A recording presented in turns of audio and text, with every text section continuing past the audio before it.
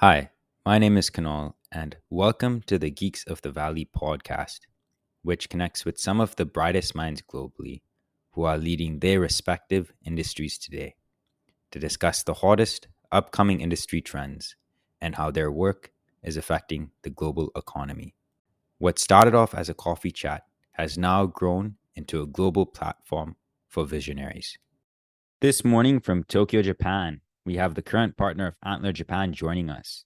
With his extensive experience in the startup industry, he has held significant positions in various companies, including as the ex-principal of East Ventures, ex-country manager of Tinder Japan, and the ex-president and CEO of Halo Japan, the e-hailing taxi app.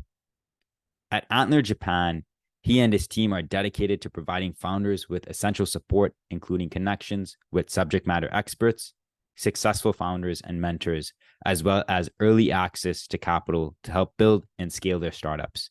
We are thrilled to have Ryo Umezawa with us today to share his insights and expertise in the startup world. So without further ado, let's dive into our conversation. Ryo, thank you so much for joining us today. Thank you for the invitation. And how are things with you over there in Japan? Good. It's very hot in summer. It's between 35 degrees to, well, today's higher than that. But it's looking great for thriving startups to get engaged and have more power in the game. Fantastic. I'm happy to hear that. Let's jump into the first question here, shall we? Sure. So, can you tell us about Antler's plans for entering Japan's ecosystem and as an upcoming incubator, and what sets it apart from other incubators in the region? Okay. So Japan has been not so catered around entrepreneurs to start off with. One, for myself, I was working for a large famous company called Rakuten. It's an e-commerce giant. And leaving the company to do my own startup, I lost my social status, which means I don't work for an established listed company where, for example, getting a loan for the house and cars or etc. is an easygoing process. Whereas when I start my own company, basically I lose that trust from the bank. So, for example, getting a credit card, I try to do this before leaving the famous or large corporate or listed companies, because my friends consisted of entrepreneurs, which advised me so, which I was lucky because I had the first hand of experience ahead of time. And then in addition, there are difficulties like getting an office or setting up a bank account with the mega banks. Nowadays, you can set up easier with online banks, but having a mega bank account, for example, if you were to get a government bond and etc., they require you to have one, which is not easy from day one. So to solve all these problems and also issues like finding the great co-founder to build a business with, or coming up business ideas and really deeply getting in or brushing up the ideas. Antler's plan of entering Japan was to really be involved in the ecosystem of the entrepreneurs and startups to build unicorn, decacorns from Japan to targeting the global market. And we consider ourselves as day zero investor. So we're way earlier than accelerators or incubator, where we help entrepreneurs, for example, people who are working for large corporates, like back in the days for myself, or they're doing freelance, or they've already an entrepreneur or a serial entrepreneur who has exited their company, trying to work on a new business or ideas and looking to match with likely thinking entrepreneurs or CEO, CSO, CFO, CTO, or CXO candidate to do the next step of the businesses. So we go through the 10 weeks co-founder matching to building the business and making sure that the business can go global expansions from Japan. Also, of course, covering the Japanese market. And we invest in people from day zero until the 10th week, and then we make financial investment as a return. We acquire a share of the company or the startup. And from that perspective, what types of startups are you seeing in Antler's current cohort? And what trends are you noticing in the local startup ecosystem? So in terms of type of startup, we accept anyone with an idea who wants to build their new business or want to work on new challenges. So we have Web3, we have HR tech, we have pharmaceutical, logistics, health tech, you name it. So people usually come in with an idea based on their expertise field or mainly from their expertise field, but sometimes from their interest. And to go deeper into that discussion or on the topic, they try to find a partner to work on the business. And then in terms of the trends, there are more young generation entrepreneurs trying to build businesses and work on their startup earlier in the days because now with smartphones and computers and maybe kind of shared offices, it's easier for you to do your own startup. When compared to the past, which I originally mentioned about, but there are still challenges. However, people like companies like Antler, the VCs, accelerators or incubators, been really pushing to help startups to challenge on the businesses. And Rio, from your perspective, how does Antler then view tech talent in Japan and this overall startup ecosystem? Like, what strategies do you guys have in place to attract and ensure you support the top talent into these cohorts? So Antler is very new in Japan.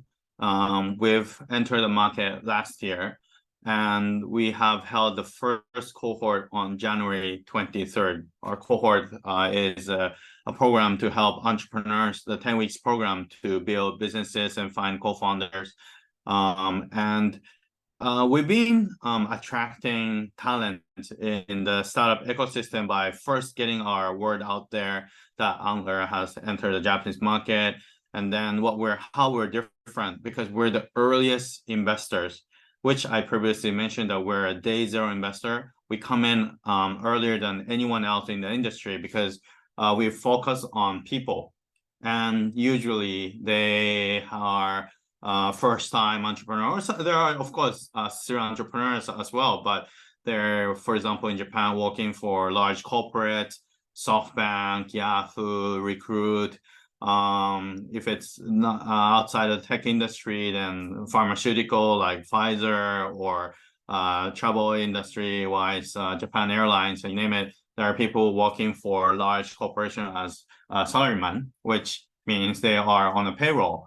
And so we talk to everyone in the industry and help people pursue the interest that they were having of, for example, starting their own businesses and becoming a CEO or CXO or innovating part of the industry that they were in, or the pain that they were trying to solve, but they were not able to pursue without some support. And so we've been kind of getting our word out there, hosting events, doing brainstorming about businesses, helping universities. I sometimes taught in the entrepreneur classes. So anything that gets our word out about taking one step forward to do a next big thing as a challenge, we've been doing everything that we can and getting just a lot of getting the word out about our new our cohort. So given Antler just started in 2017 and just recently expanded to Japan, how does Antler support its portfolio companies beyond just funding, and what resources do you offer to really help these startups grow and scale? So Antler started in Singapore in 2017, as you mentioned, and we've started our first cohort in the late 2018, and we have expanded it into 22 countries, 25 cities, covering 6 continents. US, Canada, South America, Europe, Africa, Southeast Asia, Asia, and Australia. And we've been using the network of each cities, which is in 25 cities, For example, if we are trying to support entrepreneurs or teams or companies that has not done, which is a very unique business in the country, but we already have a very similar business model that has already started up in our cities. We could look at the global database and see what they have done in our cohort, our 10 weeks program, who were the founders, who are the CTO, what kind of 10 weeks they have spent on building the business, and then the first round of investment, who Antler has co-invested in globally, so that we will know that what kind of industry or VCs or investors has interest by accessing the data analytically. And so even though in that country, the business model is still new, we will be looking at from the analytical data to really advise and mentor and support startup. And as well as we have many other global platforms that will allow us to support our entrepreneurs. And also we have 700 mentors around the world that can really step in and help out the businesses. So for example, if you're expanding the business from Japan to Africa or to South America, then we have Antler offices there and a bunch of advisors that is willing to help and support. Therefore, we work as a global venture capital to really support the initiative of entrepreneurs. And to that point, on being that global venture capital fund, what is Antler's vision for the future of the Japanese startup ecosystem? I know we touched on this a bit earlier, but how do you see your incubator contributing to that growth and development overall? Yes, thank you. So as a day zero investors and supporting entrepreneurs to take on the challenge, we hope to be contributing by generating or supporting companies that is becoming the next future unicorns and decacorns out of Japan, with utilizing the global network, not just access to capital, but then, as mentioned, we have offices in each continent, 6 continents in 25 cities that will allow us to really support their global expansion, not just focusing on the Japanese market. And also, as previously mentioned, well, the access to capital is the norm. But other than that, with the advisors that are in each regional locations, that can be the first kind of starting point of initially, if it's, for example, B2B business, taking on the first client or doing the market research, and our team can help. We have track record of helping companies hire the country manager in the region to scale their businesses up very quickly. And just to add, we also have a global fund. So we've been investing in people from day zero to the 10th week through our cohort program on building the businesses. And then we make the pre-seed investment until the regional fund covering until pre-A series. And then once the startup reaches the Series A, Antler Global Fund comes in to really help from between Series A to C to accelerate the business from the financial investment. And taking a step back, I know we didn't really talk about this in the call, but how has your experience as, one would say, the country manager at Tinder and the president of a top Japanese ride-hailing app such as Halo prepared you for your role to head Antler Japan?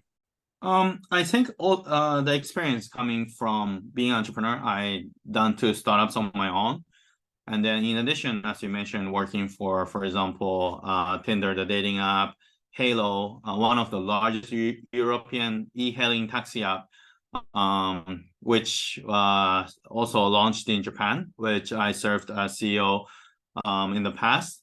It allowed me to kind of think about what it takes. Well, being first, starting 2 companies on my own, what it takes to be entrepreneurs and all the failures I made and the difficulties of thriving every day, or should I say surviving, to pursue the innovation of the dream that I've had. And then also working for a large startup or corporates allow me to really think about the global team as well as how to work together.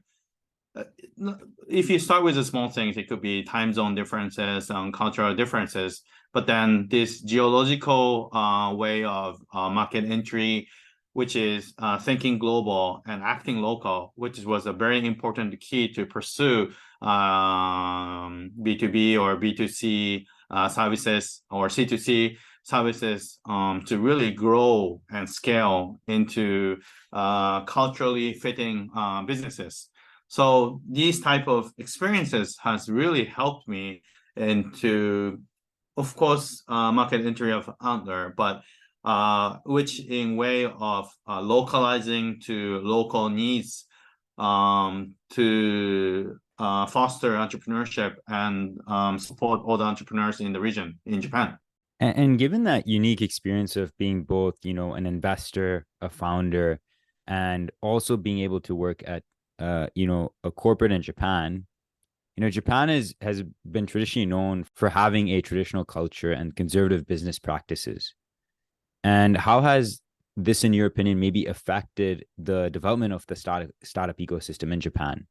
From coming from my personal experience, because I've spent 10 years in the Philippines due to my father's business, it allowed me also to think outside the box, which means I can see Japan as a foreign country. Although being Japanese and raised and born in Japan and spending many years in Japan, still by spending time in the Philippines, it allowed me to really think in a different approach, which the Japanese education was is not only the norm, because I got to experience, for example, going to the American school and mingling with friends from over 50 countries.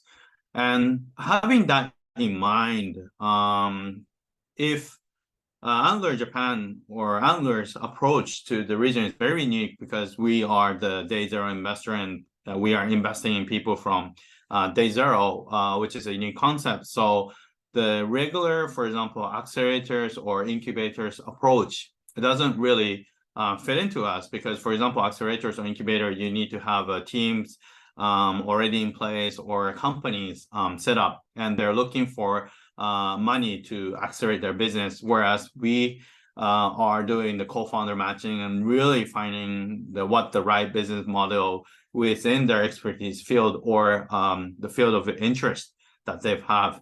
So this kind of new approach is, of course, not easy because we have to get the word out about Antler and the concept, but we are gradually seeing that we have more interest from entrepreneurs or people who want to challenge into this field because they see that we really help them out for the 10 weeks. So literally they'll spend about 400 hours in the office because it's a 10-week commitment. Among the 400 hours, the entrepreneurs will spend about 100 hours with any of our other, for example, employee partners or mentors, advisors, etc., or even LPs. This time of 100 hours is so valuable to really focus on and to reinsure, for example, the business's mission, vision, and as well as the value of what they should be achieving or what they want to be achieving. And then from that point, we look at it from the product perspective, team, and financial, the business side on how big it can really scale and what kind of impact, global impact it will bring in as a businesses, as well as impact in people. And so Antler's philosophy of investing in day zero and really in each country customizing in order to also work together with large corporate because large corporate is the potential first client for our portfolio or startups. And so really customizing to also their needs and working way of collaboration and innovation has been the important keys of our success in Japan. And to really wrap up our call with the last question for the day, Rio, Japan has had a reputation for being not only a challenging market for foreign investors, but especially foreign startups, trying to enter.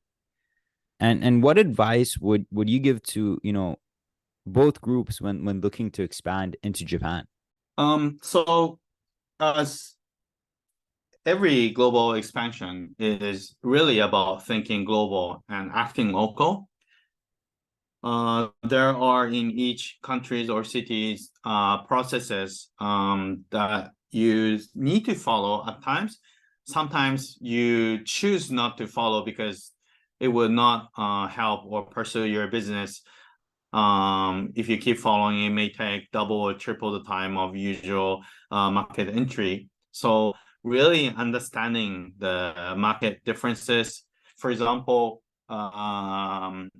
key contacts intros. Sometimes you can introduce over emails or WhatsApp or any peer-to-peer messaging apps and say, hey, you're good friends, please meet up. Whereas, for example, in Japan, in some cases or when working with larger corporates, you need to vouch for the contacts. For example, if your friend's friend, you're going to a friend to meet another friend for business meetings, usually the person in the middle, the friend, will have to accompany you to the meeting and physically introduce and say, hey, this company is trustable, they have a business dealing already, and they've been working for several years together, so please do trust them. And once something goes wrong after the intros, although you were not involved, the middle person sometimes have to take the responsibility of amending the two, for example, collisions or arguments or bad deal making. So just one example of sharing your network in some cases, or in most cases, when you're working with large corporates, etc., you do have to take the responsibility of the intros. So these type of business-oriented manners or practices needs to be learned when coming into the market, and also from looking from the bigger picture. Getting the track record is very important for companies. So every large corporates or etc. doesn't want to be the first client, but as a startup, you need, or as a foreign company coming into Japan, you need that first track record to, or should I say, the first victim to engage. Otherwise, the business doesn't start, and so that could take a long time, because the first initial meetings is very appreciated, because if you're a foreign CEO coming to Japan, Japanese kind of corporates tend to welcome them. And however, at times you just don't see the progress. So you need to really figure out the right angle, approach, and timing, where some of the cycle of the decision making has to go through many departments, and in some businesses you need a lot of patience. So again, thinking global and acting local in terms of the market entry approach, and when really finding a local talent here that can help your business would be the most important key, so that you don't have to do all the learning of mistakes by pursuing the business. And for people out there who are potentially interested in catching a cup of coffee with you, or having a conversation about their startup, what would be the best point of contact? They can find me on LinkedIn, Facebook, Instagram, any platform that I can send messages. I'm happy to be reached out. Please mention the interest, and I'm happy to kind of help out. Ryo, it was a pleasure having you on Geeks of the Valley, and thank you so much for joining us today. Thank you very much for the opportunity and getting the word out about the Antler Japan.